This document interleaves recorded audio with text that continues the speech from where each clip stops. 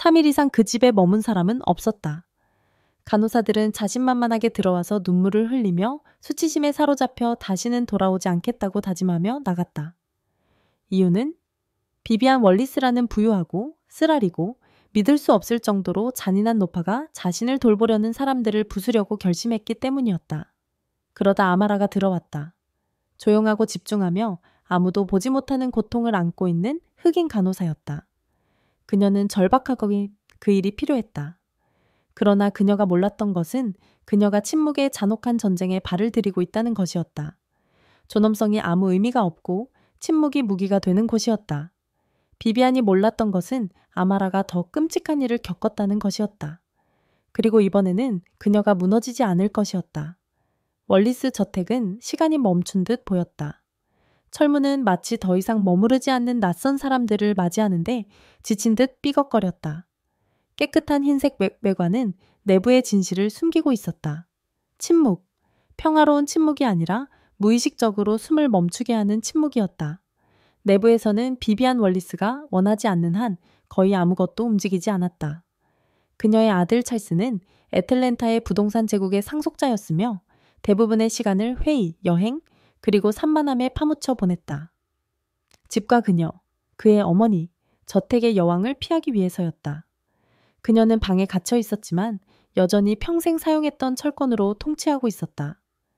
그녀의 몸은 약해졌지만 그녀의 혀는 그렇지 않았다.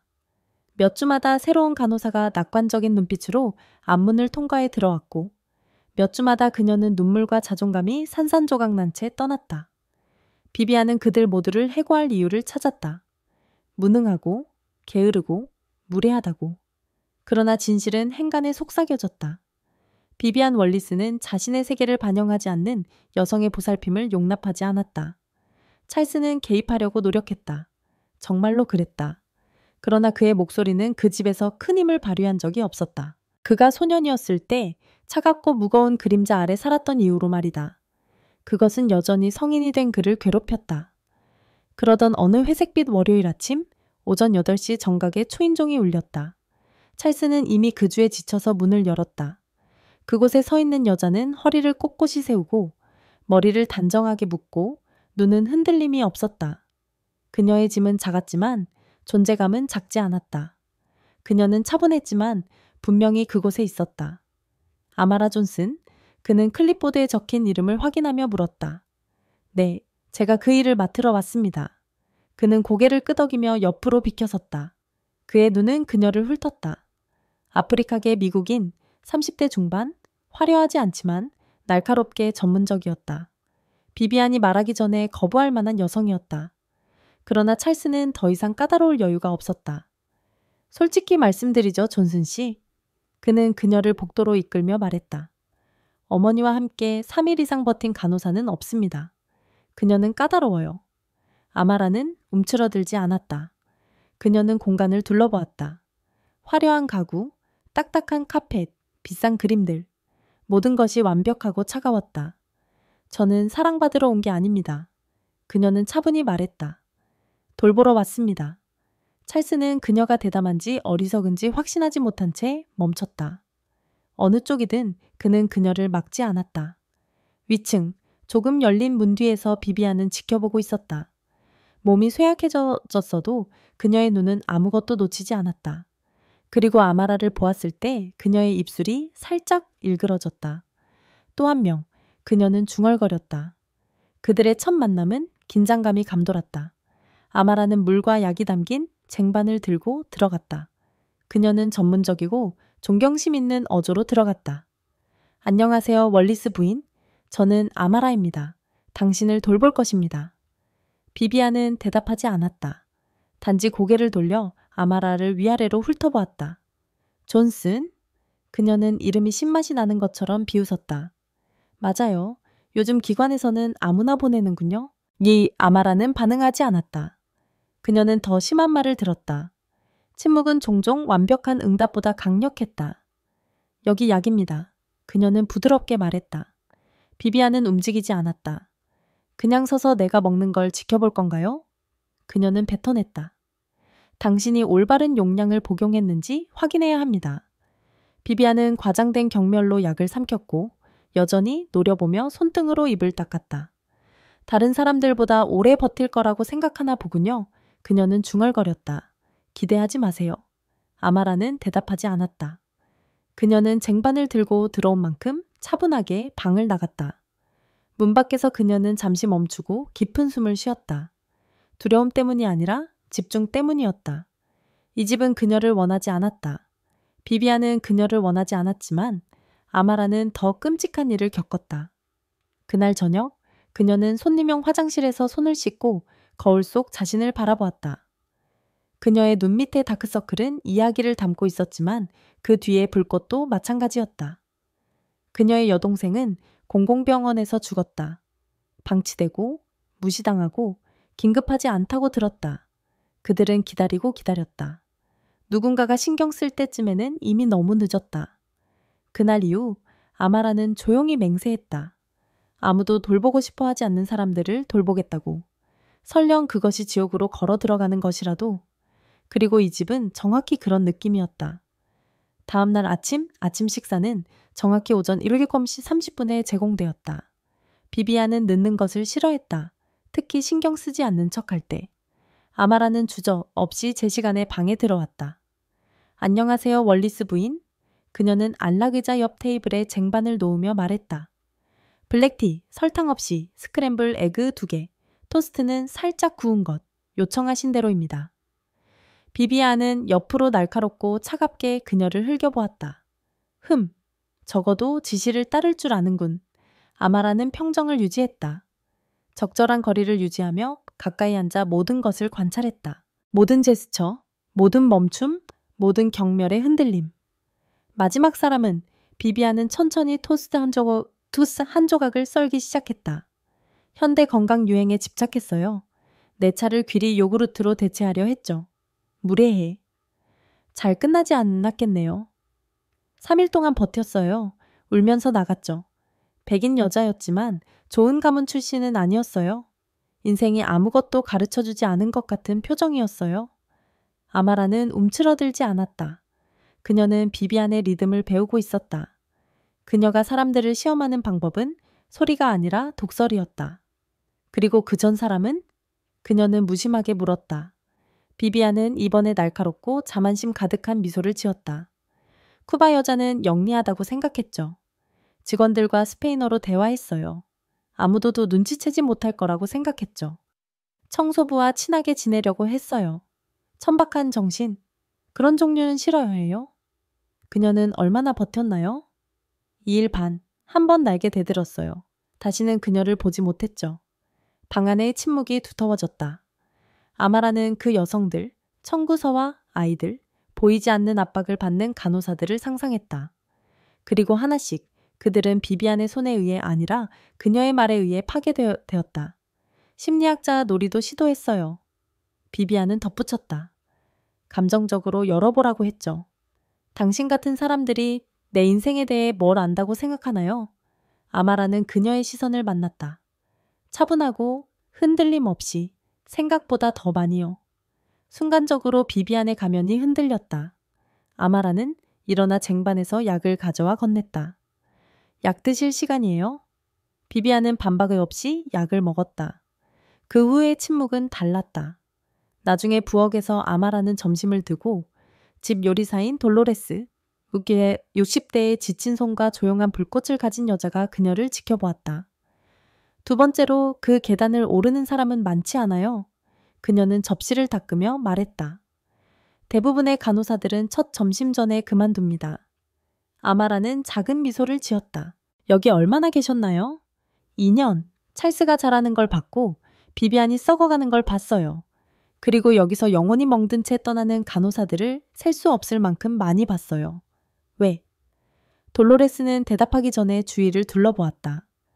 비비안은 강한 여자를 좋아하지 않아요. 특히 강한 흑인 여자를요. 그녀는 소리를 지르지 않고 욕을 하지 않아요. 그녀는 어조와 말로 당신을 찌릅니다. 그녀는 통제에 길러진 남부 여자예요. 그리고 왜 당신은 남았나요? 돌로레스는 조용한 고통으로 미소 지었다. 그녀는 나를 보지 않아요. 나는 단지 도움일 뿐이에요. 보이지 않는. 그리고 그 당시 내 아들은 건강보험이 필요했어요. 그들은 잠시 침묵 속에 서 있었다. 비비안은 소리 지를 필요가 없었다. 세상이 그녀를 위해 소리쳤다. 그날 밤 아마라는 떨어진 사진을 꿈꿨다. 비비안 옆에 사진 속 젊고 당당하며 부인할 수 없는 익숙함이 그녀의 생각을 괴롭혔다. 같은 피부색, 같은 뼈 구조. 그러나 눈에는 무언가가 있었다. 더 부드럽고 짐을 지지 않을 튼 잠시 동안 비비안은 그 사진 속에서 인간처럼 보였다. 차갑지 않고 잔인하지 않고 단지 한 어머니처럼 딸의 곁에 누워 있었다. 아마라가 깨어났을 때 그 이미지는 여전히 남아 있었다. 그녀는 이 집에 단순히 일 때문에 온 것이 아니라는 묘한 느낌이 들었다. 아마도 정말로 그녀는 더 큰 무언가를 목격하기 위해 여기 온 것일지도 몰랐다. 셋째 날 아침은 창문을 두드리는 부드러운 빗소리로 시작되었다. 비비에는 움직일 의욕이 없었고 메스꺼움, 피로, 어지러움을 호소했다. 하지만 아마라는 그 게임을 알아차렸다. 이것은 병이 아니었다. 그것은 통제였다. 그녀는 차분한 태도로 방에 들어가 아침약과 따뜻한 물 한 잔을 들고 있었다. 안색이 안 좋으세요? 그녀는 부드럽게 말했다. 쉬게 해드릴 수 있지만 약은 기다려주지 않아요. 비비에는 벽을 향한 얼굴을 돌리지 않았다. 당신은 내게 강요할 권리가 없어. 강요하는 게 아닙니다. 아마라는 쟁반을 내려놓으며 답했다. 저는 돌봄을 제공하는 것입니다. 선택은 여전히 당신의 것입니다. 월리스 부인. 그 말은 방 안에 남아 있었다. 비비에는 대답하지 않았다. 아마라는 강요하지 않고 떠났다. 어떤 벽은 힘으로 무너뜨릴 수 없고 존재로만 무너질 수 있다. 나중에 찰스가 집에 들렀다. 그는 평소처럼 맞춤 제작된 블레이저와 의무감을 입고 있었다. 그가 주방에서 비비엔의 약을 정리하는 아마라를 발견했을 때 잠시 멈췄다. 아직 당신을 도둑질, 독살, 학대했다고 비난하지 않았나요? 아직은요? 그는 반쯤 웃었다. 그거 참 다행이네요. 아직 어떤 카드를 쓸지 결정 중인 거죠? 찰스는 진심으로 웃었다. 당신 같은 사람은 여기서 본 적이 없어요. 그는 주방 아일랜드에 앉으며 말했다. 당신처럼 흔들리지 않는 사람. 대부분의 간호사는 그녀를 매료시키려고 하죠. 당신은 게임을 하지 않네요.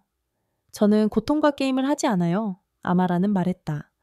그걸 너무 많이 봐서 가장할 수 없어요.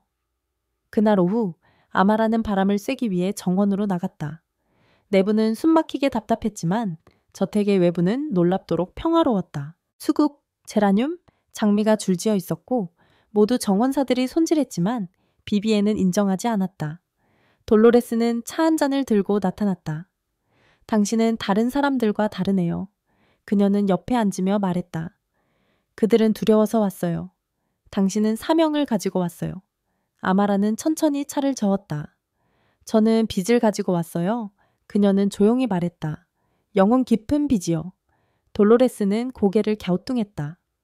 그건 집세보다 무겁네요. 제 여동생은 공립병원에서 죽었어요. 그들은 그녀를 너무 오래 기다리게 했어요. 그녀가 급하지 않다고 했어요. 그냥 또 다른 고통받는 젊은 흑인 소녀라고. 그들이 그녀를 진지하게 받아들였을 때는 이미 늦었어요. 돌로레스의 눈이 내려갔다. 미안해요. 아마라는 고개를 끄덕였다. 저는 그녀를 위해 아무도 하지 않았던 사람이 되겠다고 스스로 약속했어요. 나중에 비비에는 아마라를 위층으로 불렀다. 그녀는 낡고 노란 봉투를 들고 안락의자에 앉아 있었다. 당신은 그 사진 속 여자가 누군지 알고 싶어 하죠? 그렇죠? 아마라는 거짓말하지 않았다. 네, 그녀는 제 딸이었어요. 마거릿은 26살에 교통사고로 죽었어요. 비 오는 길, 한 번의 실수, 사라졌죠. 안타깝습니다. 그럴 필요 없어요. 당신과는 아무 상관이 없어요. 하지만 비비에는 그것이 완전히 사실이 아니라는 것을 아는 사람처럼 말했다. 마거릿은 나와 달랐어요. 그녀는 사람들을 사랑했고 정의를 위해 싸웠어요. 그녀는 대학에서 한 젊은 남자와 사랑에 빠졌어요. 흑인이고 가난하고 이상주의자였죠. 우리는 싸웠어요. 저는 못된 말을 했어요. 되돌릴 수 없는 말들이죠. 그는 어떻게 되었나요? 그녀는 그와 함께 떠나려고 계획했어요. 저는 그녀를 막으려고 했죠. 그녀가 인생을 망치고 있다고 말했어요. 우리는 싸웠어요. 그녀는 눈물을 흘리며 떠났고 그날 밤 죽었어요. 비비엔의 목소리는 갈라졌지만 부서지지 않았다. 다시는 그녀를 보지 못했어요. 찰스가 장례식을 처리했어요. 저는 분노 뒤에 숨었어요. 슬픔으로부터 나를 보호하기 위해 증오를 허용했어요. 아마라는 침묵을 지키며 들었다. 그녀는 더 나은 것을 믿었어요. 그녀는 제가 자랑스럽다고 말하기도 전에 죽었어요. 비비엔은 그 순간 그 어느 때보다 작아 보였다. 그날 저녁 정원에서 아마라는 찰스가 식물을 물 주는 것을 발견했다. 오늘 그녀는 마거릿에 대해 이야기했어요. 그녀는 말했다. 찰스는 호스를 내리며 놀랐다. 그녀는 절대 하지 않아요. 그녀는 마거릿이 사랑했던 남자에 대해 말했어요. 젊은 흑인 남자, 대학생, 세상을 바꾸고 싶어 했던 사람. 그의 이름을 아세요? 그는 멈췄고 눈에 띄게 놀랐다. 엘리아 브룩스. 그는 청소년 프로그램에서 과외했어요. 똑똑하고 조용하고 용감한 사람이었죠. 아마라의 심장이 멈췄다. 엘리아요? 네, 왜요? 아마라는 힘겹게 삼켰다. 공기가 그녀 주위에서 두꺼워졌다. 왜냐하면 그는 제 아버지였던 것 같아요. 다음 날 아침, 비비엔의 방은 혼란스러웠다. 바닥에 시트가 흩어져 있고 베개는 쌓여 있으며 창문은 차가운 공기에도 불구하고 활짝 열려 있었다. 아마라는 아침 약을 들고 들어가자마자 분위기가 달라진 것을 느꼈다. 비비엔은 전투를 준비하고 있었다. 좋은 아침이에요, 월리스 부인. 그녀는 쟁반을 내려놓으며 말했다.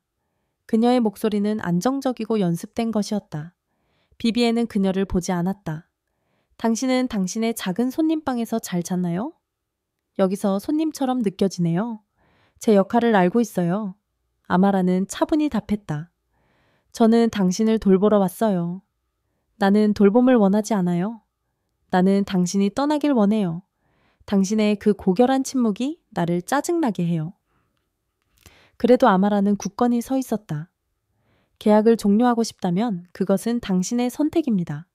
하지만 제가 여기 있는 동안 저는 제 일을 할 것입니다. 존중하며 비록 같은 존중을 받지 못하더라도. 비비엔은 지팡이를 바닥에 세게 내리쳤다. 당신은 누구라고 생각하나요? 당신의 피부가 고통을 겪었다고 해서 당신이 고통을 이해한다고 생각하나요?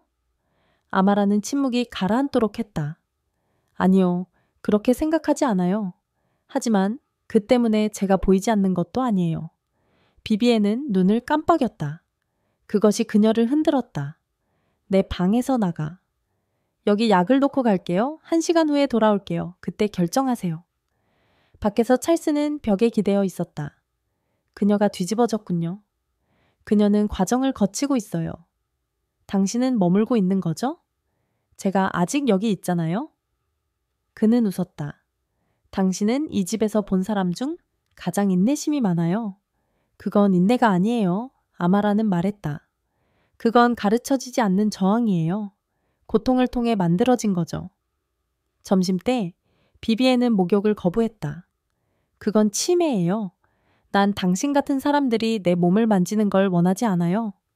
그녀는 집 전체가 들릴 만큼 크게 말했다.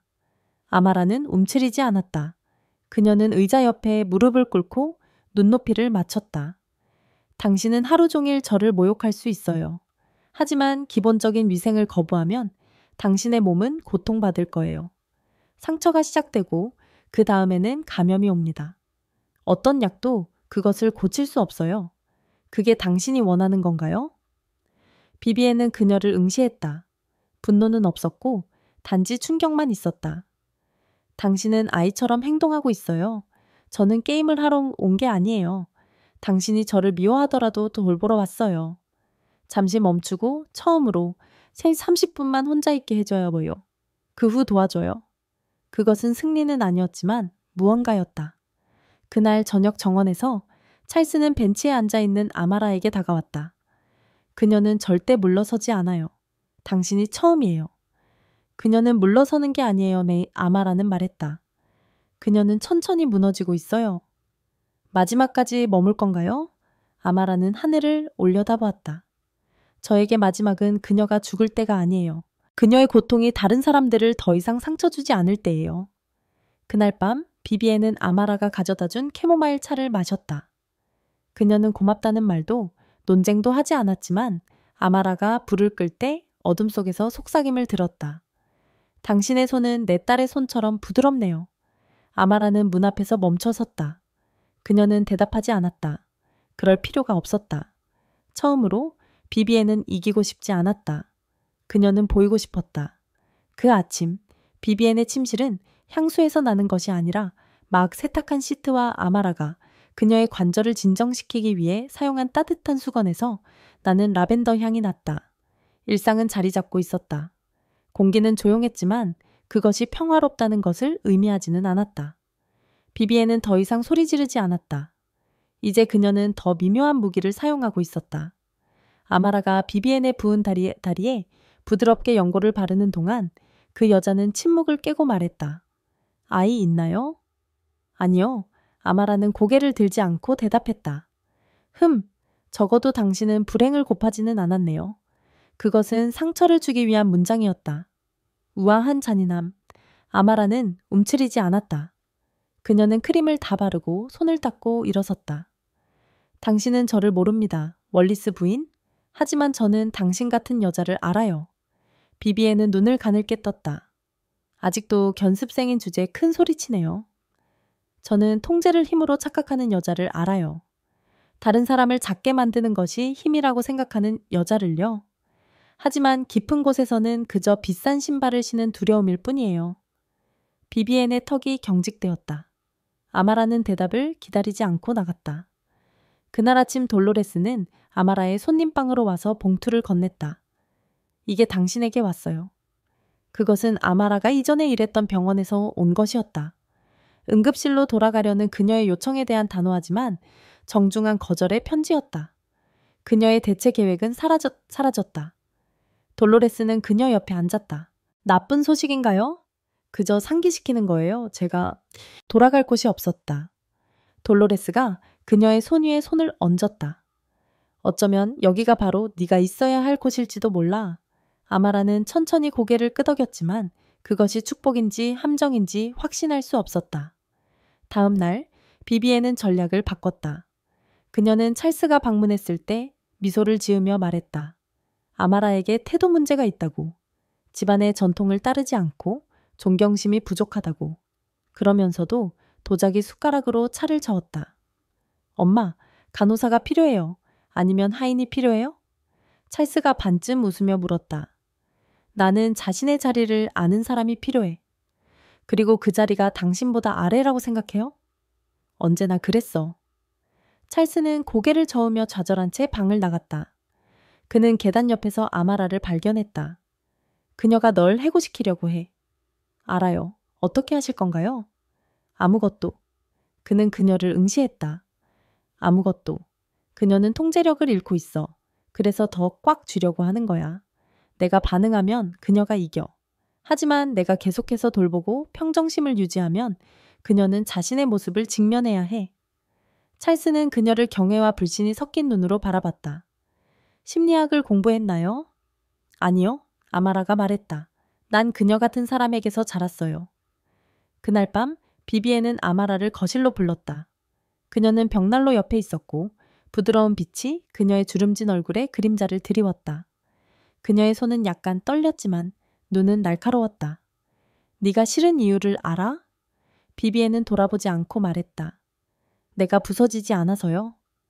너는 고통을 훈장처럼 지니고 있어. 그게 너를 더 나은 사람으로 만든다고 생각해. 그게 나를 더 나은 사람으로 만드는 건 아니에요. 아마라는 차분하게 대답했다. 그저 내가 살아남았다는 뜻이죠. 이 집에 있는 걸 행운으로 여겨야 해. 받아들여진 것에 감사해야 해. 난 받아들여진 게 아니에요. 아마라가 말했다. 난 고용되었고 그것을 얻었어요. 내가 내 발을 닦고 약을 주는 게 너를 동등하게 만든다고 생각하니? 인간이라는 게 나를 동등하게 만들죠. 비비에는 놀란 눈으로 그녀를 바라보았다. 그 대답, 그 차분하고 정직하며 두려움 없는 어조. 비비에는 그것을 싫어했다. 그녀는 그것을 조종할 수 없었다. 다음 날 아침 비비에는 약해진 상태로 깨어났다. 미열, 가슴 통증, 무거운 숨. 아마라는 이미 그녀 곁에 있었다. 산소통, 물, 시원한 천, 약물 모두 정밀하고 우아하게 준비되어 있었다. 그녀는 가족 주치의를 불렀고 직원들을 관리했으며 의사가 도착할 때까지 경계했다. 이후 찰스가 그녀를 옆으로 불렀다. 네가 그녀의 생명을 구했어. 난 내가 여기서 해야 할 일을 했어요. 그는 깊이 그녀를 바라보았다. 더 이상 그녀에게 증명할 필요 없어. 난 그녀에게 증명한 게 아니에요. 아마라가 말했다. 난 증명할 필요가 있었어요. 내가 돌보고 미워하지 않을 수 있다는 것을. 그날 밤 비비에는 천장을 응시하며 누워 있었다. 아마라는 조용히 독서를 하고 있었다. 비비에는 고개를 돌리지 않고 물었다. 왜 아직도 여기 있어? 누군가는 있어야 하니까요. 그걸로 무엇을 얻지? 아마라는 책을 덮고 그녀의 눈을 마주쳤다. 때때로 우리를 다치게 한 사람들을 돌보는 것이 고통이 퍼지는 것을 막는 유일한 방법이에요. 비비에는 대답하지 않았지만 눈을 깜빡이고 시선을 돌렸다. 그날 밤 아마라는 그녀의 노트북에 적었다. 그녀는 여전히 게임을 하고 여전히 속임수를 쓴다. 하지만 두려움이 힘을 잃기 시작하면 통제는 숨을 곳이 없다. 비비엔의 열은 며칠 동안 지속되었다. 하지만 그녀의 몸이 아니라 그 안에서 무언가가 변하고 있었다. 그녀는 말을 덜 했고 덜 짜증을 냈으며 아마라를 바라볼 때 그녀의 눈에 있던 강철 같은 시선이 부드러워졌다. 많지는 않지만 충분히. 어느 아침 아마라가 비비엔의 다리를 깨끗한 붕대로 감싸면서 나이든 여자가 침묵을 깼다. 라파에트에 대해 들어본 적 있어? 루이지앤에 있는 도시요? 그래, 내가 자란 곳이야. 아버지는 작은 목화 농장을 소유하셨지. 크지는 않았지만 어머니의 진주와 할아버지의 자부심을 위한 충분한 크기였어. 아마라는 여자의 목소리가 얼마나 연약하게 들리는지 놀라며 들었다. 내가 어렸을 때 그 모든 것이 여전히 정상으로 느껴졌어. 2층짜리 집, 눈을 마주치지 않는 유색인종 도움, 할머니가 주일 점심때마다 역사의 올바른 편에 태어난 것을 주님께 감사드리던 것. 언제 그것이 정상으로 느껴지지 않았나요? 비비에는 천천히 숨을 내쉬었다. 마고릿이 태어났을 때 내 딸, 그녀가 말을 할 수 있게 된 순간부터 그녀는 모든 것을 의문시했어. 왜 하녀는 부엌에서 먹나요? 왜 그녀가 엄마보다 나이가 많은데 만님이라고 부르나요? 그녀는 멈췄다. 아마라는 한마디도 하지 않고 계속 들었다. 마거릿은 애틀랜타에서 대학에 갔어. 문학을 공부하고 활동가들과 어울렸어. 한 젊은 남자를 만났어. 흑인, 똑똑하고 아무것도 없는 곳에서 왔지만 자신의 능력 이상으로 큰 꿈을 가진 그를 만났나요? 만날 필요도 없었어. 그의 이름을 들은 순간부터 그를 싫어했어. 그것을 한때의 일이라고 생각했어. 그녀에게 그가 그녀를 이용하고 있다고 말했지만 그녀가 그를 사랑한다는 걸 알고 있었어. 그도 그녀를 사랑했어. 그리고 나를 미치게 했던 것은 그가 내게 목소리를 높이지 않았다는 거야. 그는 단지 나를 꿰뚫어 보는 듯한 눈으로 나를 바라보았어. 무슨 일이 있었나요? 그녀는 그와 함께 떠날 계획을 세웠어. 나는 그녀가 나를 부끄럽게 하고 그녀의 인생을 망치고 있다고 말했어. 우리는 싸웠어. 그녀는 울면서 떠났어. 긴 침묵. 그날 밤 그녀는 죽었어. 비가 왔어. 날카로운 커브길. 차가 뒤집혔어. 찰스가 모든 것을 처리했어. 나는 그녀의 시신조차 보지 못했어. 비비에는 앞을 응시하며 목소리가 이제는 거칠어졌다. 나는 작별 인사도 하지 않았어. 자랑스럽다고 말하지도 않았어. 그냥 묻어버렸어. 아마라는 조심스럽고 조용하게 그녀의 팔에 손을 얹었다. 안타깝네요. 그래야지. 나는 그녀를 내 증오로 죽였어. 아니요. 아마라는 속삭였다. 그녀는 희망을 가지고 죽었어요. 그리고 그녀의 일부는 여전히 살아있어요. 비비에는 흔들린 눈으로 그녀를 바라보았다. 그 저녁 아마라는 정원에서 찰스를 찾았다. 그녀는 마거릿과 그녀가 사랑했던 남자에 대해 이야기했다. 그는 놀라며 돌아섰다. 그녀는 절대 그녀가 기억하고 있었다는 걸 몰랐어. 그랬어요. 그녀는 그의 이름을 말했어요. 엘리야 브룩스. 찰스의 턱이 굳어졌다. 그래, 엘리야. 그는 지역 비영리 단체에서 과외를 했어. 훌륭하고 온화하지만 강했어. 아마라의 입이 마르기 시작했다. 그에게 자식이 있었나요? 찰스는 혼란스러운 표정으로 보았다. 아무도 몰라. 마거릿이 죽은 후 사라졌어. 주 밖으로 이사한 것 같아. 왜? 아마라는 천천히 숨을 들이마셨다. 왜냐하면 내가 그의 딸인 것 같아서요. 다음 날 아침, 애틀랜타의 하늘은 두꺼운 구름으로 덮여 무거웠다. 마치 숨을 참는 듯했다. 아마라는 그날이 평범하지 않을 것임을 느꼈다. 갑작스럽게 변화하는 방식이 아니라 누군가가 마침내 진실에 항복할 때 일어나는 조용한 변화였다. 그녀는 거의 잠을 이루지 못했다. 엘리아 브룩스. 그 이름은 그녀의 영혼 깊은 곳에서 울리는 종처럼 그녀 안에서 메아리 쳤다. 그녀는 어머니로부터 들은 이야기, 절반만 들은 이야기, 공유되지 않은 편지를 기억했다. 그녀는 한 번은 닫힌 문 뒤에서 속삭이는 논쟁 중 그의 이름을 들었던 것을 기억했다. 이제 모든 것이 말이 되었다. 그녀는 단지 비비엔의 간호사가 아니었다. 그녀는 비비엔이 역사에서 지우려 했던 남자의 딸이었다. 그날 아침 비비엔은 평소보다 조용했다. 찰스는 비비엔이 요청한 서류 작업을 처리하러 일찍 떠났다. 아마라가 아침 식사를 가져왔을 때 그녀는 나이든 여자가 나무 상자를 무릎에 얹고 똑바로 앉아 있는 것을 발견했다. 들어와, 앉아.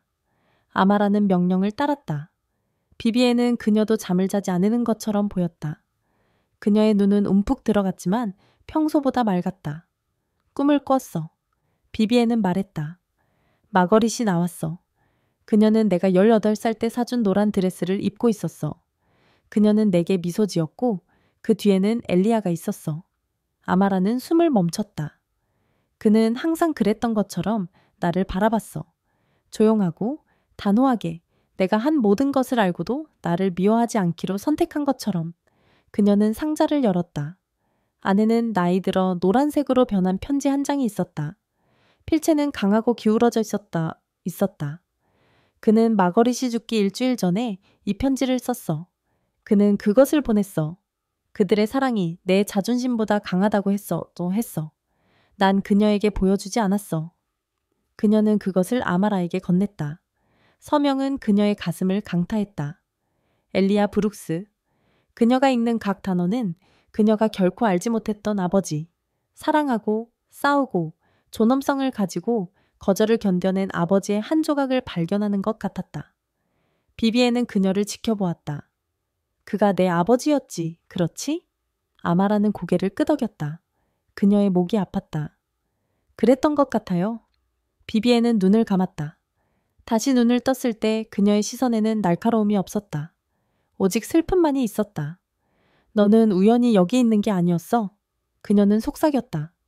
어쩌면 네가 내가 파괴한 것을 마무리하라고 보낸 걸지도 몰라. 그날 오후 비비에는 쓰러졌다. 열이 갑자기 돌아왔다.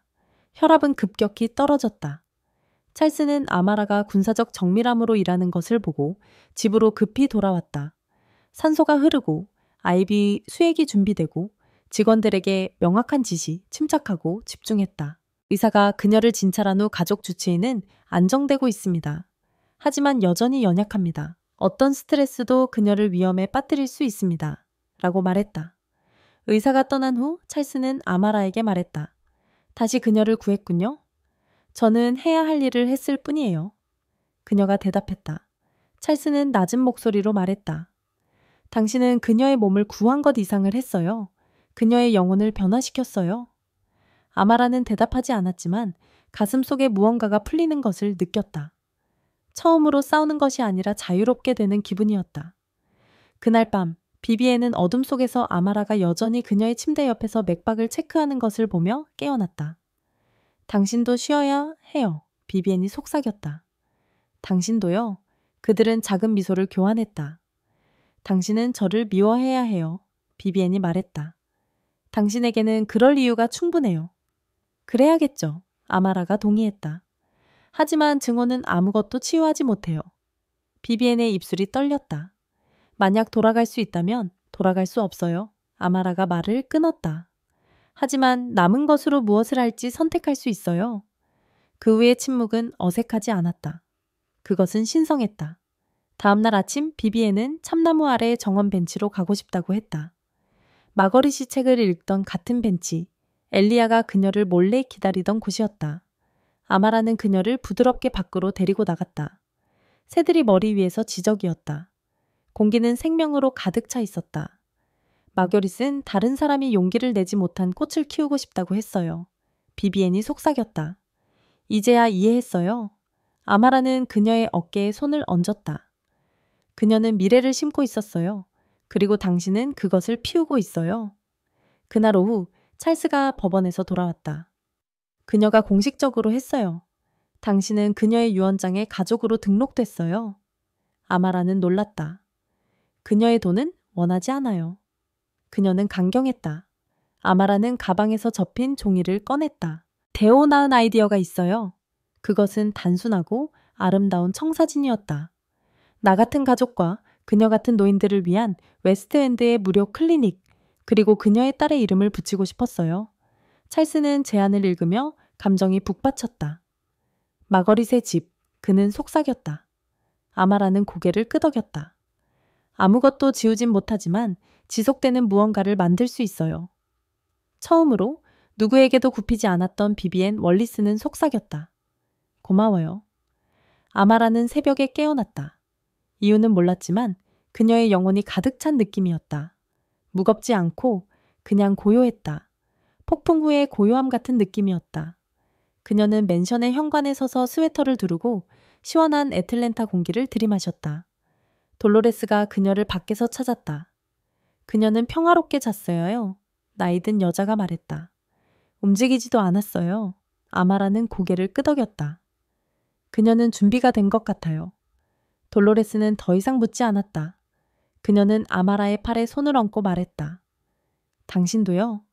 비비에는 늦게 깨어났지만 차분했다. 숨은 얕았지만 안정적이었다. 그녀는 마거릿의 사진을 찾고 아마라를 불렀다. 옷을 입는데 도움을 원하지 않았지만 아마라가 쇼를 어깨에 두르고 은빛 머리를 빗어주게 했다. 정원으로 데려가줘요. 그녀가 말했다. 그들은 다시 벤치로 갔다. 태양은 부드럽고 황금빛이었다. 세계가 새롭게 보였다. 내 딸은 사랑이 세상을 바꿀 수 있다고 믿었어요. 비비엔이 말했다. 그것이 그녀를 순진하게 만든다고 생각했지만 어쩌면 그녀가 옳았을지도 몰라요. 아마라는 조용히 있었다. 그 클리닉을 짓고 싶어요. 비비엔이 말했다. 그녀의 이름을 붙이고 누구도 거절하지 않는 곳이 되길 원해요. 아마라는 그녀를 바라보며 눈이 가득 찼다. 이미 그렇게 되고 있어요. 그날 오후 찰스가 완성된 서류를 들고 돌아왔다. 비비엔은 아마라가 재단 헌장에 추가되기를 고집했다. 단순한 간호사로서가 아니라 유산으로서. 아마라는 거절하려 했다. 돈은 원하지 않아요. 그냥 제대로 하고 싶어요. 그럼 제가 제대로 하게 해주세요. 비비엔이 말했다. 세상을 떠나면서 뭔가 괜찮은 일을 하게 해주세요. 그녀는 찰스를 바라보았다. 그녀가 필요로 하는 모든 것을 주세요. 그냥 꼭 이루어지게 해주세요. 그날 저녁 비비엔은 아마라에게 전에 물어보지 못했던 질문을 했다. 그는 어땠나요? 엘리야. 아마라는 미소 지었다. 똑똑하고 열정적이었어요. 춤은 못 췄지만 재즈를 사랑했어요. 엄마는 그가 모든 문장을 움직임처럼 말한다고 했어요. 그는 당신에 대해 알았나요? 아마라는 고개를 저었다. 알려고 했어요. 엄마는 그가 썼다고 했어요. 물어봤다고. 하지만 마거릿 이후로 사라졌어요. 비비엔은 어둠 속을 응시했다. 나는 모든 사람을 밀어냈어요. 그도요? 그는 내 딸을 유일하게 보이게 만든 남자였어요. 돌아갈 수 없어요. 아마라는 부드럽게 말했다. 하지만 지금 하는 일이 중요해요. 비비엔은 그날 밤 조용히 세상을 떠났다. 창문이 열려 있었고 달빛이 들어왔다. 그녀의 손은 아마라의 손에 부드럽게 감겨 있었다. 마지막 말도 마지막 숨도 없었다. 단지 고요함과 평화가 있었다. 다음 날 아침 찰스가 그들을 발견했다. 그는 말하지 않았다. 그저 그들 옆에 무릎을 꿇고 울었다. 아마라는 그를 막으려 하지 않았다. 어떤 슬픔은 그 길을 맞춰야 한다.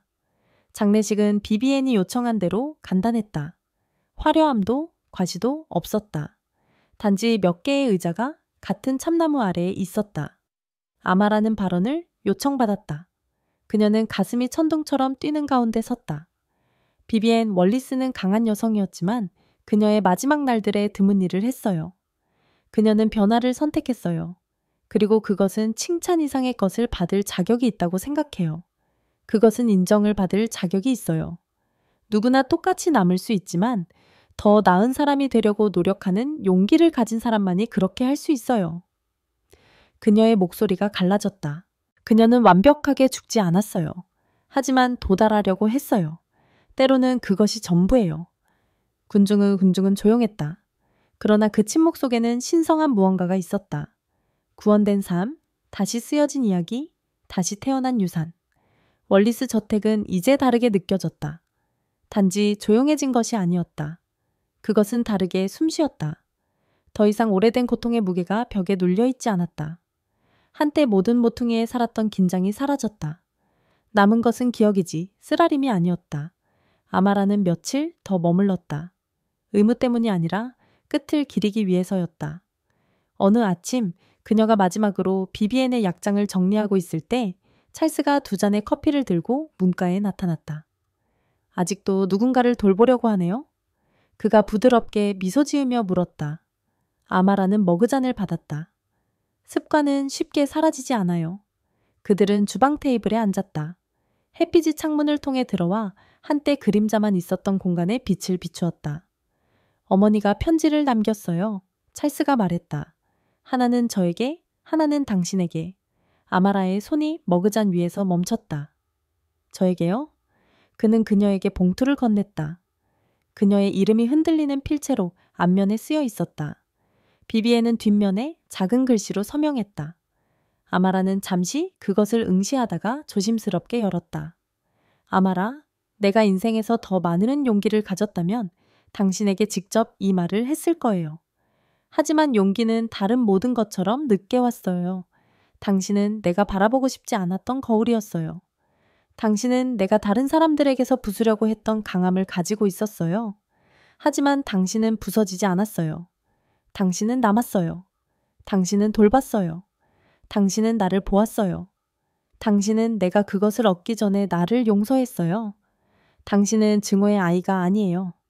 당신은 내가 파괴하려고 했던 사랑의 유산이에요. 만약 저 같은 여성을 위한 장소가 저편에 있다면 그것은 오직 당신이 나를 그곳으로 이끌었기 때문이에요, 비비엔. 이 아마라의 눈이 가득 차올랐다. 그녀는 편지를 조심스럽게 접어 신성한 무언가처럼 테이블 위에 놓았다. 그녀는 진심이었어요. 찰스가 부드럽게 말했다. 모든 것이요. 저에게 아무것도 남길 필요가 없었어요. 아마라가 말했다. 그녀는 저에게 누구에게도 준 적 없는 것을 주었어요. 그녀는 저에게 마무리를 주었어요. 찰스는 미소 지었다. 그녀는 또한 당신이 마거릿의 집을 보게 하고 싶어 했어요. 당신이 필요로 하는 모든 방법으로 제가 돕기를 요청했어요. 아마라는 깊이 숨을 쉬었다. 그럼 함께 해봅시다. 2달 후 공사가 시작되었다. 그 장소는 애틀랜타의 웨스트엔드에 있었고 종종 간과되고 소외되고 잊혀진 지역이었다. 하지만 이제는 그렇지 않았다. 마거릿의 집은 단순한 클리닉 이상의 것이 될 것이다. 그것은 지켜진 약속이 될 것이다. 아마라는 화려한 직함을 원하지 않았다. 그녀는 코너 오피스를 원하지 않았다. 그녀는 현장에서 환자들을 치료하고 복도를 걸으며 오랫동안 무시된 이야기를 듣고 싶었다. 그녀는 거리를 원하지 않았다. 그녀는 존재를 원했다. 어느 토요일 오후 아마라는 칼라라는 이름의 여성을 치료했다. 그녀는 새아이를 혼자 키우는 할머니였고 수십 년간 2가지 일을 하며 지쳤다. 이곳을 연 사람이 당신인가요? 칼라가 물었다. 그저 이곳에 도착하는 것을 도왔을 뿐이에요. 아마라는 칼라의 팔에 붕대를 감으며 대답했다. 제 손자는 천식이 있어요. 보험이 없어서 악화되지 않기를 기도할 뿐이었어요. 칼라가 속삭이며 눈물이 반짝였다. 하지만 이제는 기적을 바라지 않아도 돼요. 당신이 바로 기적이에요. 아마라는 미소 지으며 마음 깊이 아리게 느꼈다. 아니에요. 이곳은 우리가 오래전에 했어야 할 일을 하는 것뿐이에요. 클리닉이 대중에게 문을 연 날 외벽의 벽화가 공개되었다. 젊고 빛나는 마가렛이 금색과 라벤더 톤으로 그려져 있었다. 그녀 주변에는 치유의 손과 피어나는 꽃들이 있었고 아래에는 한 줄의 글귀가 새겨져 있었다. 상처를 되돌릴 만큼 사랑하는 이들에게. 찰스는 아마라 옆에 서서 아이들이 웃으며 지나가는 것을 바라보았다. 이웃들은 모여 눈물을 훔쳤다. 그녀가 이걸 좋아했을 거야. 그가 말했다. 그녀가 이걸 지었어요. 아마라가 대답했다. 우리는 그녀의 청사진을 따랐을 뿐이에요. 그 주에 아마라는 전화를 받았다. 마가렛의 집을 만든 분인가요? 부드러운 남부 사투리가 물었다. 네, 누구시죠? 제 이름은 루스예요. 엘리아 브룩스의 사촌이에요. 오래된 친구에게서 클리닉 이야기를 들었어요. 엘리아가 당신 얘기를 했었어요. 딸이 있다고 했어요. 강하게 자랄 거라고요. 아마라의 심장이 멈췄다. 그는 3년 전에 세상을 떠났지만 죽기 전에 상자를 남겼어요. 오래된 편지, 사진, 일부는 마가렛과 함께한 것들, 일부는 아마라가 아기일 때의 것일지도 몰라요. 아마라는 거의 말을 잇지 못했다. 만나줄 수 있나요? 며칠 후 루스가 도착했다. 그녀는 낡았지만 소중히 보관된 작은 나무 상자를 가져왔다. 안에는 대학 시절의 마가렛 사진과 신생아를 안고 웃고 있는 엘리아의 사진이 있었다. 맨 위에는 편지가 있었다. 이걸 찾게 된다면 내가 당신을 사랑하지 않아서 떠난 게 아니라는 걸 알아주길. 마가렛을 앗아간 세상에 남는 방법을 몰라 떠났어요. 하지만 당신이 이걸 읽고 있다면 희망이 그녀와 함께 사라지지 않았다고 믿어도 좋겠어요. 엘리야. 아마라의 뺨을 따라 눈물이 조용히 흘렀다. 그녀는 부서진 게 아니었다. 그녀는 과거와 미래를 잇는 달이었다. 마가렛의 집이 문을 연 지 1년 후 지역사회는 기념일을 맞아 모였다. 푸드트럭, 음악, 지역 예술가들이 있었다. 하지만 사람들이 온 진짜 이유는 이야기, 벽 뒤에 숨겨진 이유 때문이었다. 아마라는 단상에 섰다. 해가 지면서 군중은 조용해졌다. 나는 나를 싫어했던 사람을 돌보러 집에 들어갔어요.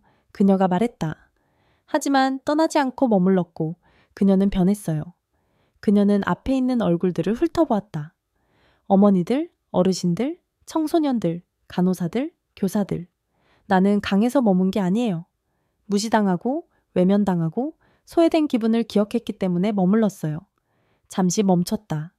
그리고 그게 이 클리닉이 존재하는 이유예요. 아무도 다시는 그런 기분을 느끼지 않도록 박수가 터져나왔다. 하지만 아마라는 손을 들어 조용히 해달라고 했다. 알아주셨으면 해요. 그녀는 약간 떨리는 목소리로 말했다. 이곳을 지은 비비안 월리스, 자금을 댄 사람, 그녀의 딸이 영감을 준 사람은 항상 친절했던 건 아니에요. 하지만 더 나아지기로 선택했어요. 그리고 그녀는 자신이 만들지 못한 것을 만들 수 있는 공간을 주었어요. 희망을.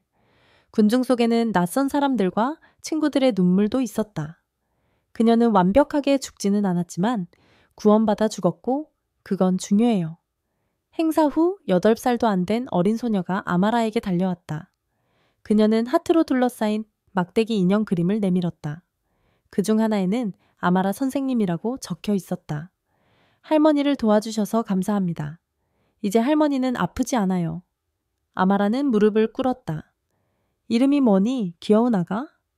마가렛이에요. 그녀는 벽에 있는 숙녀처럼 속삭였다. 아마라의 마음은 동시에 부서지고 빛났다. 그래, 마가렛, 그녀가 말했다. 너도 그녀처럼 강력한 무언가를 가지고 있구나. 소녀는 빛나는 미소로 그녀를 꼭 안았다. 그날 밤 아마라는 클리닉 밖에 홀로 섰다. 그녀는 입구 위에 빛나는 글자, 마가렛의 집을 올려다보았다. 그녀는 벽을 만지며 속삭였다. 우리가 해냈어, 우리 둘 다. 바람이 부드럽게 불어왔다. 따뜻하고 가득 찬, 거리도 조용하고 세상은 평화로웠다. 한때 수치심 속에 묻혀있던 것이 이제 정의 속에 심어져 있었다. 고통은 사라지지 않았지만 변형되었다. 그리고 그걸로 충분했다. 영감을 주고 도전하며 종종 들리지 않는 이들에게 목소리를 주는 이야기를 믿는다면 아래 구독 버튼을 눌러주세요. 더 강력한 여정들이 오고 있으며 여러분과 함께하고 싶습니다.